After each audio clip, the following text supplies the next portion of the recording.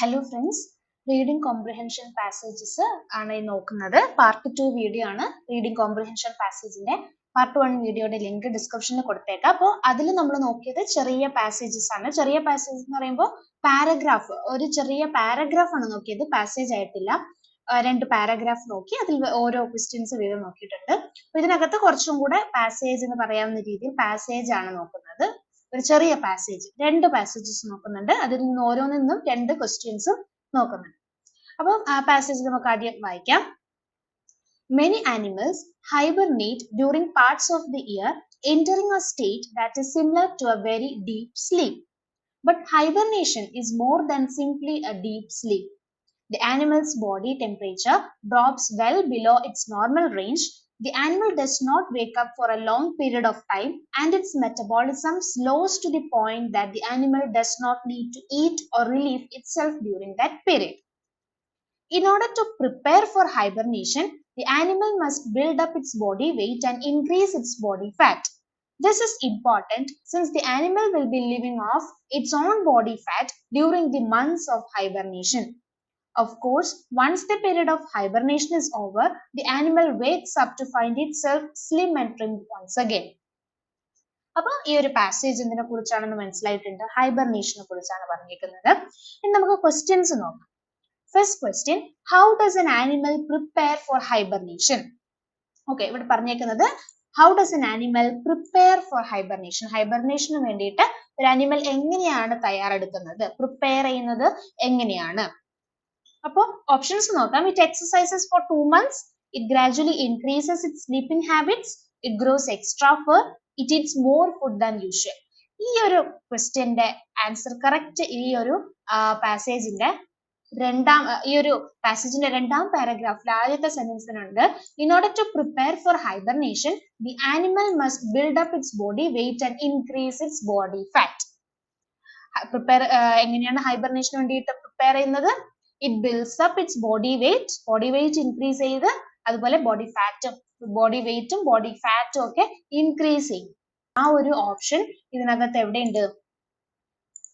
ആ ഒരു option D ആണ്. It eats more food than usual. അതെന്ത് ചെയ്യും? എപ്പോഴത്തെയും പോലെയല്ല, കുറച്ച് ഫുഡ് എക്സ്ട്രാ ഫുഡ് ആണ് കഴിക്കുന്നത്. It eats more food than usual. അപ്പൊ അത് ഈ ഒരു പാസേജിന്റെ രണ്ടാം പാരഗ്രാഫിലെ ആദ്യത്തെ സെന്റൻസ് തന്നെ അത് കറക്റ്റ് കൊടുത്തിട്ടുണ്ട്. ഇനി രണ്ടാമത്തെ ക്വസ്റ്റ്യൻ നോക്കാം. This passage best supports the statement that. അപ്പൊ ഇങ്ങനെ ഒരു ക്വസ്റ്റ്യൻ വരുമ്പോൾ ഈ ഒരു ക്വസ്റ്റ്യൻ ആൻസർ ചെയ്യണമെങ്കിൽ നമ്മൾ ഈ ഒരു പാസേജ് ഫുൾ വായിച്ചിരിക്കണം. കാരണം ഇതിനകത്ത് തന്നിരിക്കുന്ന ഓപ്ഷൻസ് തെറ്റായിട്ടുള്ള ഓപ്ഷൻസും ശരിയായിട്ടുള്ള ഓപ്ഷനും ആയിരിക്കും ഉണ്ടാകുന്നത്. അപ്പൊ അതിനകത്ത് നമ്മൾ കറക്റ്റ് ഈ ഒരു പാസേജിൽ ഉള്ളത്, ഈ ഒരു പാസേജിന്റെ മീനിങ് എന്താണോ, ഈ ഒരു പാസേജിൽ കറക്റ്റ് എന്താണോ പറയുന്നത്, ആ ഒരു ഓപ്ഷൻ വേണം ചൂസ് ചെയ്യാൻ വേണ്ടി. ചിലപ്പോൾ അത് ആദ്യത്തെ സെന്റൻസുകളിൽ തന്നെ കാണാം, പാസേജിന്റെ തുടക്കത്തിൽ കാണും, ചിലപ്പോൾ അവസാനമായിരിക്കും കാണും. അപ്പൊ ഇതിന്റെ ആൻസർ എന്ന് പറയുന്നത് all animals hibernate to some degree. Food is scarce in the winter. Hibernation is very different from normal sleep.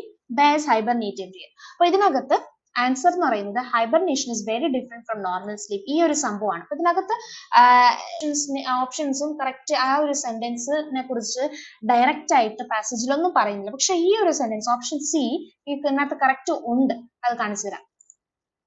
Correct ഇതിനകത്തുണ്ട്. Hibernation is more than simply A deep sleep എന്ന് പറയുന്നുണ്ട്. Hibernation is more than simply A deep sleep എന്ന് correct ആ ഒരു sentence ഉണ്ട്. അപ്പൊ അതിന്റെ അർത്ഥം എന്താണ്? സ്ലീപ്പ് അല്ല എന്ന് പറയുന്നത്, നോർമൽ സ്ലീപ്പിനെ കാട്ടിയും ഡിഫറെന്റ് ആണ് ഹൈബർനേഷൻ. സോ ഈ ഓപ്ഷൻ സി ആണ് കറക്റ്റ്. ഈ ഓപ്ഷൻ സി ആണ് കറക്റ്റ് ആ പാസേജിലുള്ളത്. ബാക്കി എല്ലാ ആനിമൽസ് ഇവിടെ ഇപ്പോ എല്ലാ ആനിമൽസും അല്ല, ഏകദേശം ഒരുപാട് മെനി ആനിമൽസ്, എല്ലാ ആനിമൽസും വരുന്നില്ല അതിനകത്ത് അല്ലേ.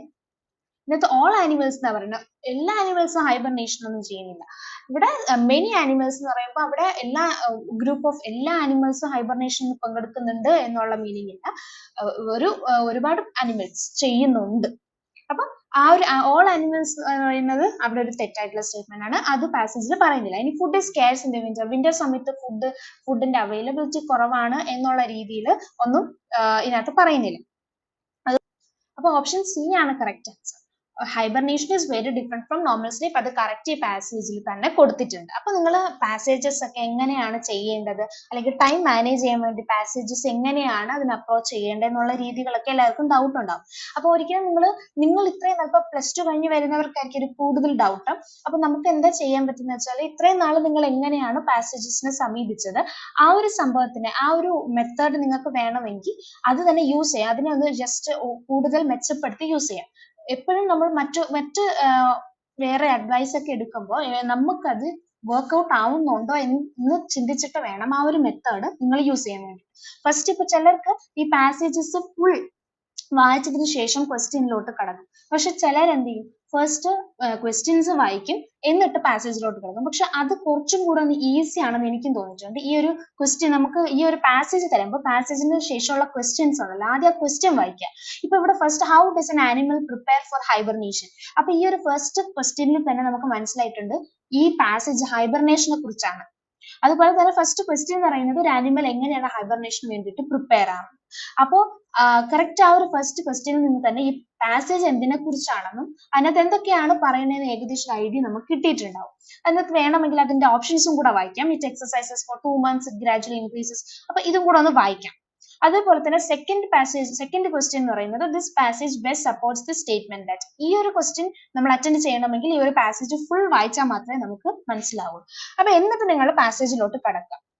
അപ്പോൾ നമുക്ക് ഇങ്ങനെ ചെയ്യുമ്പോൾ വേറൊരു ഗുണവും കൂടെ ഉണ്ട്. നമുക്ക് ഭാഗ്യം ഉണ്ടെങ്കിൽ, അതുപോലെ പാസേജ് സിമ്പിളും ആണെങ്കിൽ, നമുക്ക് ഈ ഫസ്റ്റ് ക്വസ്റ്റ്യന്റെ ആൻസർ ചിലപ്പോൾ പാസേജിന്റെ ഫസ്റ്റ് ലൈനിലോ ഫസ്റ്റ് പാരഗ്രാഫിലോ ഉണ്ടായിരിക്കും. ഫസ്റ്റ് ലൈൻ അല്ലെങ്കിൽ സെക്കൻഡ് ലൈൻ അതിലെവിടെയെങ്കിലും ഉണ്ടായിരിക്കും. പക്ഷെ ചിലപ്പോ എന്താവാം, അത് ലാസ്റ്റും ആവാം. ഇതിനകത്ത് ഫസ്റ്റ് ക്വസ്റ്റ്യന്റെ ആൻസർ എന്ന് പറയുന്നത് സെക്കൻഡ് പാരഗ്രാഫിന്റെ ഫസ്റ്റ് സെന്റൻസ് ആണ്, സെക്കൻഡ് പാരഗ്രാഫിലാണ് കിടക്കുന്നത്. പക്ഷെ കുഴപ്പമില്ല, എന്നാലും നമുക്ക് ഈ ഒരു ഫസ്റ്റ് ക്വസ്റ്റ്യന്റെ ആൻസർ കണ്ടുപിടിക്കാൻ നമുക്ക് അവസാനം വരെ വായിക്കേണ്ടി വരുന്നില്ല.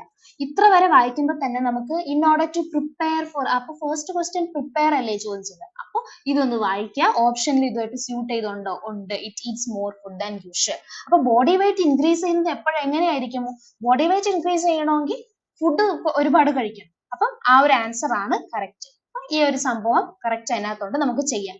അപ്പൊ നമുക്ക് ഒരുപാട് സമയം എടുത്ത് ഈ പാസേജ് വായിച്ച് പിന്നെ ക്വസ്റ്റ്യനിലോട്ട് വന്ന്, നമ്മൾ ആദ്യം പാസേജ് വായിച്ചു കഴിഞ്ഞാൽ നമുക്ക് പാസേജിന്റെ ഫുൾ ഐഡിയ മനസ്സിലാവില്ല. ക്വസ്റ്റ്യനിലോട്ട് വന്നു കഴിഞ്ഞ് വീണ്ടും പാസേജ് വായിക്കുമ്പോഴായിരിക്കും ഒരു ഐഡിയ കിട്ടുന്നത്. അപ്പൊ നിങ്ങൾ എപ്പോഴും ഫസ്റ്റ് ക്വസ്റ്റ്യൻ വായിക്കാനായിട്ട് ശ്രമിക്കുക. പക്ഷെ നിങ്ങൾക്ക് എല്ലാവർക്കും അത് വർക്ക്ഔട്ട് ആവണമെന്നില്ല. വർക്ക്ഔട്ട് ആവാത്തവരാണെങ്കിൽ നിങ്ങൾ ഏതാണോ ഫോളോ ചെയ്യുന്നത് അത് തന്നെ ചെയ്താൽ മതി. ഈ ഒരു ഫസ്റ്റ് പാസേജ് വായിച്ചിട്ട് ആ ക്വസ്റ്റ്യൻ ചെയ്യുന്നതാണ് നിങ്ങൾക്ക് താല്പര്യം, അല്ലെങ്കിൽ നിങ്ങൾക്ക് ചെയ്യുന്ന അതാണ് കുറച്ചും കൂടി ഈസി ആയിട്ട് തോന്നുന്നെങ്കിൽ അത് തന്നെ ചെയ്താൽ മതി. പക്ഷെ ഇങ്ങനെ ഒന്ന് ചെയ്ത് നോക്കുക. ചിലപ്പോൾ അത് നമുക്ക് ടൈം ഒക്കെ മാനേജ് ചെയ്യാൻ കുറച്ച് ഉപകാരപ്പെടും. ഫസ്റ്റ് ക്വസ്റ്റ്യൻ വായിക്കുക. ക്വസ്റ്റ്യൻ വായിക്കുമ്പോൾ നമുക്ക് ഈ പാസേജ് എന്താ പറയുന്നതെന്ന് ഏകദേശം ഒരു ഐഡിയ കിട്ടും. എന്നിട്ട് വായിച്ചു വരുമ്പോൾ ചിലപ്പോൾ ഇതിൽ നിങ്ങൾക്ക് ഇത്ര ഭാഗം വായിച്ചപ്പോൾ തന്നെ ഫസ്റ്റിന്റെ ആൻസർ കിട്ടും. അപ്പൊ അതിന്റെ ആൻസർ അത് സ്റ്റിക്ക് ചെയ്യാം, അത് ചൂസ് ചെയ്യുക. അപ്പൊ നമുക്ക് ആദ്യത്തെ ഏകദേശം ഉറപ്പായി അത് കറക്റ്റ് ആയിരിക്കും എന്നുള്ള ഒരു ഉറപ്പ് കിട്ടും. പിന്നെ എന്നിട്ട് ബാക്കി വായിച്ചിട്ട് വേണമെങ്കിൽ സെക്കൻഡ് നോക്കാം, അല്ലെങ്കിൽ സെക്കൻഡ് നോക്കിയിട്ട് ബാക്കി വായിക്കാം. അപ്പൊ ഇത്ര ഫുൾ പാസേജ് വായിച്ച് ക്വസ്റ്റ്യൻ വായിച്ച് ചെയ്യുന്ന ടൈം വരുന്നില്ല. ഇത്ര വരെ വായിക്കുമ്പോഴേ നമുക്ക് ആൻസർ കിട്ടുന്നുള്ളൂ. ചിലപ്പോൾ ആദ്യം തന്നെ ആൻസർ കാണാം, ആദ്യ പാസേജിന്റെ തുടക്കത്തിൽ തന്നെ കാണാം. അപ്പൊ അങ്ങനെയൊക്കെ ഒന്ന് നോക്കും. ഫസ്റ്റ് ക്വസ്റ്റ്യൻ വായിച്ചിട്ട് പാസേജ് നോക്കിയിട്ട് അങ്ങനെ ചെയ്യാനായിട്ട് നോക്കുക. ഇപ്പൊ ഈ ഒരു സമയം എന്ന് പറയുന്നത് എക്സാമിന് മുന്നേ ഇപ്പൊ നിങ്ങൾക്ക് ഈ ഓരോന്ന് പരീക്ഷിക്കാനുള്ള സമയം കൂടെയാണ്. നിങ്ങൾക്ക് പാസേജസ് ഒക്കെ എങ്ങനെയൊക്കെ ചെയ്യാം, പല മെത്തേഡ്സ് നിങ്ങൾക്ക് ചെയ്തു നോക്കാം. അത് നിങ്ങൾക്ക് ഏതാണ് സ്യൂട്ട് ചെയ്യുന്നത്, നിങ്ങൾക്ക് ഏതാണ് കുറച്ചും കൂടെ ചെയ്യാൻ പറ്റുന്നത്, ഈസി ആയിട്ട് തോന്നുന്നത്, ടൈം മാനേജ് ചെയ്യാൻ പറ്റുന്നത്, ആ ഒരു സംഭവം നിങ്ങൾ ഫോളോ ചെയ്ത് കൃത്യമായിട്ട് മോക്ക് ടെസ്റ്റിനൊക്കെ അത് ഫോളോ ചെയ്ത് നോക്കാം. അപ്പൊ നിങ്ങൾക്ക് കുറച്ച് ടൈം മാനേജ് ചെയ്യാൻ പറ്റും. ഈസി ആയിട്ടുള്ള ക്വസ്റ്റ്യൻസ് ആയിരിക്കും വരുന്നത്. പക്ഷെ നമുക്ക് ടൈം കുറവായത് കൊണ്ടാണ്, നമുക്ക് എല്ലാ പാസേജസും എത്തിപ്പെടാൻ പറ്റാത്തത് കൊണ്ടാണ് നമുക്ക് ടഫ് ആയിട്ട് തോന്നുന്നത്. പിന്നെ അപ്പൊ ഇങ്ങനെ ചെയ്തു നോക്കാം. ഇനി നമുക്ക് രണ്ടാമത്തെ ക്വസ്റ്റ്യൻ നോക്കാം. The competitive civil service system is designed to give candidates fair and equal treatment and to ensure that federal applicants are hired based on objective criteria. Hiring has to be based solely on a candidate's knowledge, skills and abilities, which you will sometimes see abbreviated as KSA, and not on external factors such as race, religion, sex and so on. Whereas employers in the private sector can hire employees for subjective reasons, Federal employers must be able to justify their decision with objective evidence that the candidate is qualified. In options, questions നോക്കാം. The paragraph best supports the statement that option A, hiring in the private sector is inherently unfair. Option B, KSA is not as important as test scores to federal employers. Option C, federal hiring practices are simpler than those employed by the private sector. Option D, the civil service strives to hire on the basis of a candidate's ability. അപ്പം ഈ ഒരു question നോക്കണമെങ്കിൽ എന്തായാലും ഒരു passage full വായിക്കണം, കാരണം the paragraph best supports the statement that എന്നാണ് ചോദിച്ചേക്കുന്നത്. ഫസ്റ്റ് ഓപ്ഷൻ പറയുന്നത് hiring in the private sector is inherently unfair എന്നാണ്. പ്രൈവറ്റ് സെക്ടറിലെ ഹയറിംഗ് കാൻഡിഡേറ്റ്സ്, അതായത് എംപ്ലോയീസിന്റെ ഹയറിംഗ് ഫുൾ അൺഫെയർ ആണ് എന്നുള്ള ഒരു മീനിങ് ആണ് പറയുന്നത്. ഇതിനകത്ത് പ്രൈവറ്റ് സെക്ടറിൽ ഹയറിംഗ് അൺഫെയർ ആണെന്ന് പറയുന്നില്ല, പക്ഷെ കോമ്പറ്റീറ്റീവ് സിവിൽ സർവീസ് സിസ്റ്റത്തിനകത്ത് അവിടെ കാൻഡിഡേറ്റ്സിനെ എംപ്ലോയ് ചെയ്യുന്ന അല്ലെങ്കിൽ കാൻഡിഡേറ്റ്സിന് ഒരു ഫെയർ ആൻഡ് ഈക്വൽ ട്രീറ്റ്മെന്റ് കൊടുക്കും എന്ന് പറഞ്ഞിട്ടുണ്ട്. അവര് ഫെയർ ആൻഡ് ഈക്വൽ ട്രീറ്റ്മെന്റ്, എല്ലാവർക്കും ഫെയർ ആയിട്ടുള്ള ഓപ്പർച്യൂണിറ്റീസ് അല്ലെങ്കിൽ ഫെയർ ആൻഡ് ഈക്വൽ ട്രീറ്റ്മെന്റ് അവർ എൻഷുർ ചെയ്യും എന്നുള്ള രീതി പറയുന്നുണ്ട്. പക്ഷെ പ്രൈവറ്റ് സെക്ടറിൽ ഫുൾ അൺഫെയർ ആണ് എന്നുള്ള ഒരു സെന്റൻസും ഈ ഒരു ഓപ്ഷനിൽ പറയുന്നില്ല. ഇനി case is not as important as test scores to federal employers. Federal എംപ്ലോയേഴ്സിന് KSA എന്ന് പറയുന്നത് ഇത്ര ഇമ്പോർട്ടന്റ് ഇല്ല. KSA എന്താന്ന് ഇവിടെ പറഞ്ഞിട്ടുണ്ട്, നോളജ്, സ്കിൽസ് ആൻഡ് എബിലിറ്റീസ്. അപ്പം ഈ ഒരു സംഭവം ഇതിനകത്ത് ഇമ്പോർട്ടന്റ് ആണ്. ഫെഡറൽ എംപ്ലോയേഴ്സിന്റെ കാര്യത്തിൽ KSA ഇമ്പോർട്ടന്റ് ആണ്, കാരണം എപ്പോഴും ഹയറിംഗ് ഫെഡറൽ സെക്ടറിൽ പബ്ലിക് സെക്ടറിൽ അവിടെ എന്താണ് കൂടുതൽ ഇമ്പോർട്ടൻസ് കൊടുക്കുന്നത്, ഹയറിംഗ് എന്തിനെ ബേസ് ചെയ്തിട്ടാണ്, നോളജ്, സ്കിൽസ് ആൻഡ് എബിലിറ്റീസ് ആണ്. അതിന്റെ അബ്രിവിയേഷൻ ആണ് KSA. അപ്പൊ knowledge, skills and abilities important ആണ്, വളരെ വളരെ ഇമ്പോർട്ടന്റ് ആണ്. അപ്പൊ ആ ഓപ്ഷൻ ബി തെറ്റാണ്. അവർ പറഞ്ഞേക്കുന്നത് നോട്ട് ഇമ്പോർട്ടന്റ് എന്നാണ്. സോ അത് തെറ്റാണ്. ഇനി federal hiring practices are simpler than those employed by the private sector. Federal hiring practices കുറച്ചും കൂടെ ഈസി ആണ് അല്ലെങ്കിൽ സിമ്പിൾ ആണ് എന്ന തരത്തിൽ ഒന്നും ഇവിടെ പറയുന്നില്ല. അവിടെ അവർ പറയുന്ന രണ്ട് ഡിസ്റ്റിങ്ഷൻ എന്തൊക്കെ, രണ്ട് ഡിഫറൻസസ് ആണ് പറയുന്നത് പബ്ലിക് സെക്ടറിലെയും പ്രൈവറ്റ് സെക്ടറിലെയും. പബ്ലിക്കിലാണെങ്കിൽ അവർ ഫുൾ KSA ഡിപ്പെൻഡ് ചെയ്യുന്നു, നോളജ്, സ്കിൽസ് ആൻഡ് എബിലിറ്റീസ്, പിന്നെ അത് ഫുൾ ഒബ്ജക്റ്റീവ് ക്രൈറ്റീരിയാസ് ആണ്. പക്ഷെ പ്രൈവറ്റ് സെക്ടറിലാണെങ്കിൽ അവർ എന്തിനാണ് കൊടുക്കുന്നത്, സബ്ജക്റ്റീവ് ക്രൈറ്റീരിയാസ്, സബ്ജക്റ്റീവ് ഏരിയാസ്, അതായത് റേസ്, റിലീജിയൻ, സെക്സ് അങ്ങനെയുള്ള കാര്യങ്ങളാണ് അവരവിടെ നോക്കുന്നത്. അപ്പൊ അവരുടെ രണ്ട് സെക്ടേഴ്സിലും കാൻഡിഡേറ്റ്സ് അല്ലെങ്കിൽ എംപ്ലോയീസിനെ ഹയർ ചെയ്യുന്നതിന്റെ ക്രൈറ്റീരിയാസ് ആണ് ഇതിനകത്ത് പറയുന്നത്. അപ്പൊ ഇതിനകത്ത് ഒരിക്കലും പറയുന്നില്ല ഫെഡറൽ ഹയറിംഗ് പ്രാക്ടീസസ് കുറച്ചും കൂടെ സിംപ്ലർ ആണെന്ന് എവിടെയും പറയുന്നില്ല.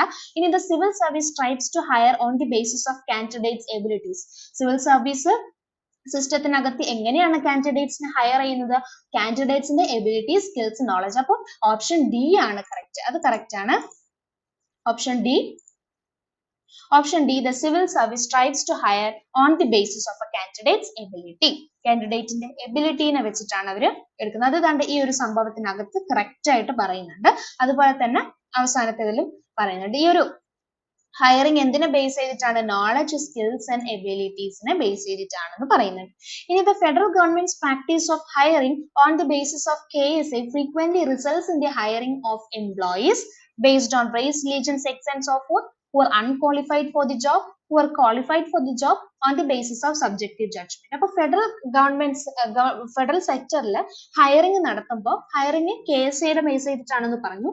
അത് എന്തിൽ റിസൾട്ട് ചെയ്യുന്നു, എന്തിലാണ് അത് അവസാനിക്കുന്നത്, ആ എംപ്ലോയേഴ്സിന് എങ്ങനെയുള്ള എംപ്ലോയേഴ്സ് ആയിരിക്കും അവിടെ എത്തിപ്പെടുന്നത്.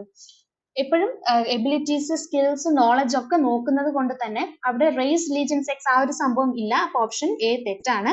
അതുപോലെ അൺക്വാളിഫൈഡ് ആയിട്ടുള്ള ഒരാളിനെ ഒരിക്കലും അങ്ങനെ ഒരു രീതിയിൽ നോളജും സ്കില്ലും എബിലിറ്റീസ് ഒക്കെ ക്രൈറ്റീരിയാസ് ആയിട്ട് വരുമ്പോൾ അൺക്വാളിഫൈഡ് ആയിട്ടുള്ള ഒരാളെ അല്ലെങ്കിൽ അൺക്വാളിഫൈഡ് ആയിട്ടുള്ള ഒരു എംപ്ലോയിനെ അവിടെ എടുക്കില്ല. അതുപോലെ തന്നെ ക്വാളിഫൈഡ് ഫോർ ദി ജോബ്, അത് കറക്റ്റ് ആണ്. അത് ഈ ഇതിനകത്ത് ഉണ്ട്.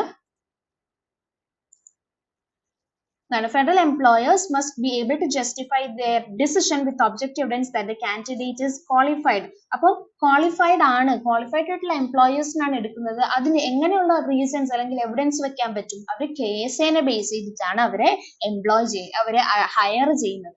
സോ ക്വാളിഫൈഡ് ആയിട്ടുള്ള എംപ്ലോയീസ് ആയിരിക്കും. അപ്പോൾ who are qualified for the job, അത് കറക്റ്റ് ആണ്. On the basis of subjective judgement, ഒരിക്കലും ഇല്ല. സബ്ജക്റ്റീവ് ജഡ്ജ്മെന്റ് ഏത് സെക്ടറിലെ ഹയറിംഗിന്റെ ക്രൈറ്റീരിയ ആണ്, പ്രൈവറ്റ് സെക്ടറിലെ ഹയറിംഗിന്റെ ക്രൈറ്റീരിയ ആണ്. അത് ഇവിടെ കറക്റ്റ് ആയിട്ട് കൊടുത്തിട്ടുണ്ട്. സബ്ജക്റ്റീവ് റീസൺസ് ആണ്.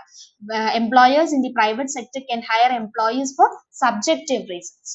ഓക്കെ, അപ്പം ഇന്ന് നമ്മൾ നോക്കിയ 2 പാസേജസ് ആണ്. അപ്പൊ ആദ്യം നിങ്ങൾ പാസേജസ് നോക്കുമ്പോൾ ഈ ഒരു വീഡിയോ കാണുമ്പോൾ തന്നെ ഫസ്റ്റ് ഞാൻ ഒരു പ്രാവശ്യം വായിച്ചിട്ടുള്ളൂ. ഒറ്റ പ്രാവശ്യം വായിക്കുമ്പോൾ ചിലപ്പോൾ നമുക്ക് അത് മനസ്സിലാവണമെന്നില്ല. നിങ്ങൾ ജസ്റ്റ് വീഡിയോ പോസ് ചെയ്യുക, 1-2 വട്ടം വായിക്കുക. നിങ്ങൾക്ക് മനസ്സിലാവുന്ന വട്ടം വരെ വായിക്കുക. ഇപ്പോഴൊക്കെ നിങ്ങൾക്ക് അതിനുള്ള ടൈമാണ്. എത്ര പ്രാവശ്യം വേണമെങ്കിലും നിങ്ങൾക്ക് വായിക്കാം. എന്നിട്ടൊന്ന് മനസ്സിലാക്കുക. വായിക്കുന്ന സമയത്ത് അതിൽ തന്നെ കോൺസെൻട്രേറ്റ് ചെയ്ത് വായിക്കുക. വായിച്ച് മനസ്സിലാക്കുക. അതിനുശേഷം ഓപ്ഷൻസ്, ക്വസ്റ്റ്യൻസ് നോക്കുക. 2 ടൈപ്പ് ഞാൻ പറഞ്ഞു. ആദ്യം നിങ്ങൾക്ക് ആ ഒരു സംഭവം നിങ്ങൾ ട്രൈ ചെയ്തിട്ടില്ലെങ്കിൽ ഫസ്റ്റ് ക്വസ്റ്റ്യൻസ് വായിച്ച് ഓപ്ഷൻസും വായിച്ചതിന് ശേഷം പാസേജ് വായിക്കുന്ന ഒരു രീതി നിങ്ങൾ ട്രൈ ചെയ്യാൻ നോക്കുക. അപ്പൊ ആദ്യം ക്വസ്റ്റ്യൻസ് വായിക്കുമ്പോൾ നമുക്ക് പാസേജ് എന്താണെന്ന് മനസ്സിലാവും. അതുകൊണ്ടാണ്, അല്ലാതെ വേറെ ഡിഫറൻസസ് ഒന്നുമില്ല, അത്രേ ഉള്ളൂ.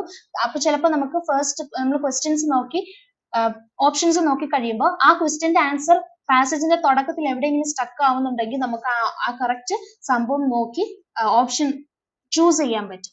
ടൈം പോകുന്നില്ല. അപ്പൊ ആ ഒരു സംഭവം നിങ്ങളൊന്ന് നോക്കുക.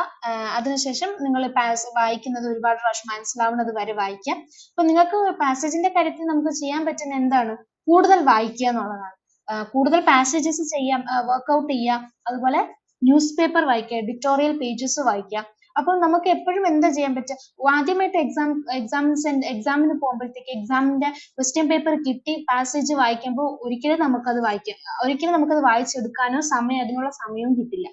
അതിന് നിങ്ങൾ ഈ ഒരു എക്സാമിന് മുന്നേയുള്ള ഇത്രയും നാൾ നമുക്ക് കൂടുതൽ വായിക്കാനേ പറ്റുള്ളൂ. കൂടുതൽ വായിക്കുമ്പോൾ നമ്മുടെ റീഡിങ് സ്പീഡ് കൂടും. അപ്പൊ നമുക്ക് ഗ്രാജുവലി നമുക്കത് വായിക്കാൻ പറ്റും. എക്സാം സമയത്ത് ക്വസ്റ്റ്യനിൽ നമുക്ക് പാസേജസ് വരുമ്പോൾ നമുക്ക് സ്പീഡിൽ വായിച്ച് മനസ്സിലാക്കാൻ പറ്റും. അതിന് ഇത്രയും നാൾ നമ്മൾ വായിക്കുക. ന്യൂസ് പേപ്പർ ആയാലും അല്ലാത്ത പാസേജസ്, ഇതുപോലെ റീഡിങ് കോംപ്രിഹെൻഷൻ പാസേജസ് ഒക്കെ കിട്ടുന്നതെല്ലാം വർക്ക്ഔട്ട് ചെയ്ത് നോക്കുക. അപ്പൊ കൂടുതൽ വായിച്ച് വരുമ്പോഴത്തേക്ക് മാത്രമേ നമുക്ക് റീഡിങ് സ്പീഡ് കൂടത്തുള്ളൂ. അതും ഒറ്റ പ്രാവശ്യം ആദ്യം വായിക്കുമ്പോൾ ഒരിക്കലും നമുക്ക് മനസ്സിലാവില്ല. ഒരുപാട് പ്രാവശ്യം വായിക്കാം, ഒരുപാട് ടൈപ്പ് പാസേജസ് വായിക്കാം. അപ്പൊ നമുക്ക് ഗ്രാജുവലി നമുക്ക് 1-2 പ്രാവശ്യമൊക്കെ വായിക്കുമ്പോൾ മനസ്സിലാവുന്ന രീതിയിലോട്ട് മാറും. എന്നാലും നമുക്കൊരു അറ്റ്ലീസ്റ്റ് 3 പ്രാവശ്യമെങ്കിലും വായിക്കുമ്പോൾ പെട്ടെന്ന് മനസ്സിലാവുന്ന രീതിയിലോട്ട് വരും. അതിന് കൂടുതൽ വായിക്കാം. ഓക്കെ, അപ്പം നിങ്ങൾക്ക് ഇതേപോലെ തന്നെ 2 ക്വസ്റ്റ്യൻസ് നമുക്ക് അടുത്ത പാർട്ട് 3 നമുക്ക് നോക്കാം. എന്തെങ്കിലും ഡൗട്ട്സോ അല്ലെങ്കിൽ എക്സ്ട്രാ എന്തെങ്കിലും കാര്യങ്ങൾ എന്തെങ്കിലുമൊക്കെ പറയാനോ ചോദിക്കാനോ ഉണ്ടെങ്കിൽ കമന്റ് സെക്ഷനിൽ ചോദിക്കാം.